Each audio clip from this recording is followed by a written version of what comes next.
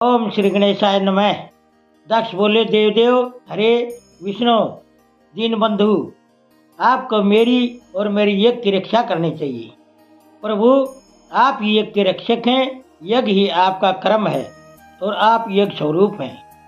आपको ऐसी कृपा करनी चाहिए जिससे यज्ञ का विनाश न हो। ब्रह्मा जी कहते हैं, मुनीश्वर इस तरह अनेक प्रकार से प्रार्थना करके दक्ष भगवान श्री हरि के चरणों में गिर पड़े। उनका मन भय से दुखी हो रहा था। तब जिनके मन में घबराहट आ गई थी, उन प्रजापति दक्ष को उठाकर और उनकी पूर्वोक्त बात सुनकर भगवान विष्णु ने देवादिदेव शिव को याद किया। अपने प्रभु शिव को याद करके शिव तत्व के ज्ञाता श्री हरि दक्ष को समझाते हुए बोले। श्री हरि ने कहा, दक्ष, मैं तुमसे तत्वों की बात बता रहा हूँ, तुम मेरी बात ध्यान देकर सुनो। मेरा यह वचन तुम्हारे लिए हमेशा भलाई करने वाला तथा महामंत्र के बराबर है।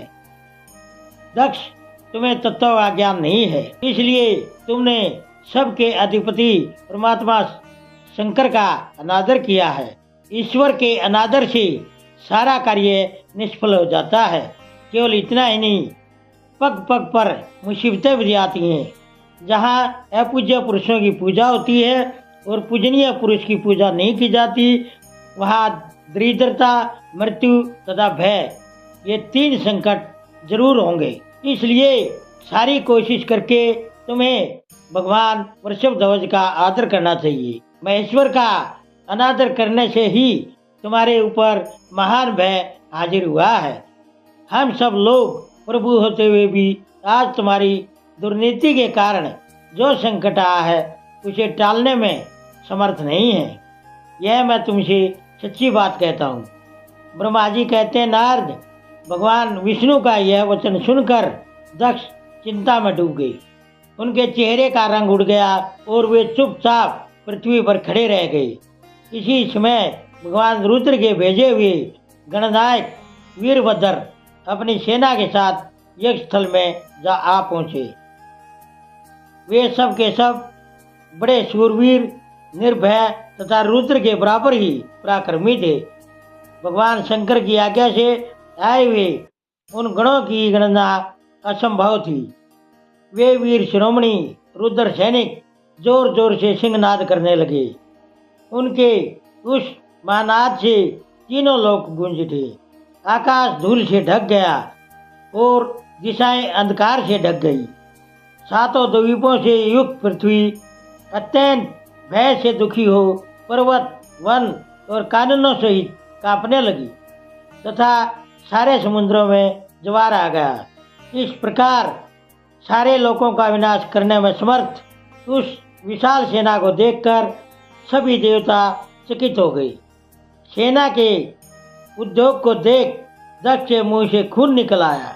वे अपनी स्त्री को साथ ले भगवान विष्णु के चरणों में दंड की बात ही गिर पड़े और इस प्रकार बोले। दक्ष ने कहा, विष्णु महाप्रभु, आपके बल से ही मैंने इस महान यज्ञ को शुरू किया है। सत्कर्म की सिद्धि के लिए आप ही प्रमाण माने गए हैं। विष्णु, आप कर्मों के साक्षी तथा यज्ञों के प्रतिपालक हैं। महाप्रभु, आप वेदोक्त धर्म तथा ब्रह्मा जी के रक्षक हैं। अतः प्रभु, आपको मेरी इस यज्ञ की रक्षा करनी चाहिए, क्योंकि आप सबके प्रभु हैं। ब्रह्मा जी कहते हैं, दक्ष की दीनतापूर्ण बात सुनकर भगवान विष्णु उस समय शिव तत्व से दूर हुए दक्ष को समझाने के लिए बोले। श्री विष्णु ने कहा, दक्ष, इसमें संदेह नहीं कि मुझे तुम्हारे यज्ञ की रक्षा करनी चाहिए, क्योंकि धर्म परिपालन विषयक जो मेरी सत्य प्रतिज्ञा है वह हर जगह प्रसिद्ध है। परंतु दक्ष, मैं जो कुछ कहता हूँ उसे तुम सुनो। इस समय अपनी क्रूरतापूर्ण बुद्धि को छोड़ दो। देवताओं के क्षेत्र नैमिषारण्य में जो घटना घटित हुई थी उसका तुम्हें याद होना चाहिए। क्या तुम अपनी कुबुद्धि के कारण उसे भूल गए? वहाँ कौन भगवान रुद्र के कोप से तुम्हारी रक्षा करने में समर्थ है?